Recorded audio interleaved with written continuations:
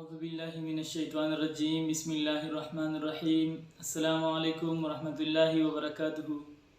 امید لرم چې ټول ملګري وخیئ د صحت په جامه به یې. نن مې تاسو له یوه اهمه وظیفه راوړې ده. د الله رب العزت نه امید دی چې زموږ د کوم وروڼو خویندو کوم مسایل دي انشاءالله هغه به د دې وظیفې په برکت سره الله رب العزت په خپلو قدرتونو سره حل کوي. نو وظیفه دا د هغه وروڼو خویندو دپاره ده د چا په مخ باندې چې دانې وي یا سپوڼې وي یا نور څه کم مرضونه چې دي دا په مخ باندې وي، نو د هغه مرضونو دپاره دا وظیفه ده. انشاءالله تعالی دا وظیفه چې وکړی شي نو امید دی الله رب العزت نه چې الله رب العزت به دې کس ته شفا ورکوي. وظیفه څه دارنګې ده چې کله هم مونږ دا وظیفه کله مونږ مونځ کوو نو د مانځه سجدې چې دی دا مونږ اوږدې کړو، په سجده کې ډېر ټایم اخلو. او بله ده چې سجدې زیاتې کړو. مطلب دا دی چې مونږ نفل کوو، د نفلو چې دی مونږ ځان له عادت جوړ کړو، نفل چې دی دا مونږ سیوه کړو.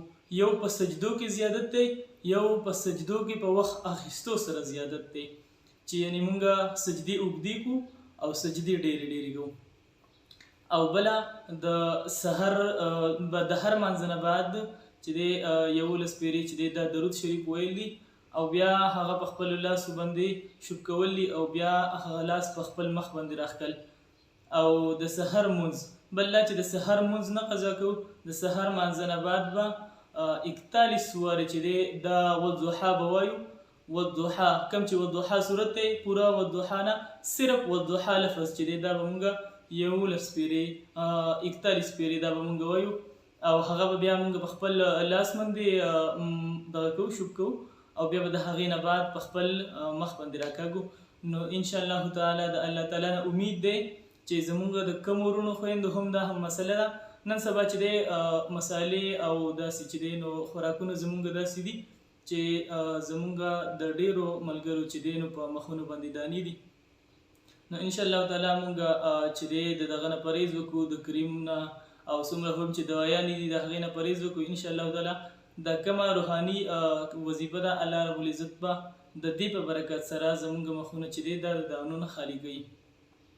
نو زه چې دی تاسو ته صرف یو دا ریکویسټ کوم چې څوک هم زما ویډیو ګوري نو زما چینل دا نوی دی او ستاسو مدد راته صرف لږ پکار دی چې صرف تاسو زما دا چینل سبسکرایب کړئ، بیل آیکن ورپسې ووایئ چې زمونږ نورې نوې ویډیوګانې دا تاسو ته د ټولو نه اول در رسي. نو صرف زموږ سره دغه یو امداد دی دا تاسو زموږ سره کوئ او انشاءالله زموږ لایق چې هم څومره خدمت دي هغه به موږ ستاسو کوو. او زما سره تاسو ښه رابطه هم کولی شئ، ما ته کمنټ کولی شئ او په کمنټ نه بعد به چې دی انشاءالله تاسو ته ریپلی هم کوم.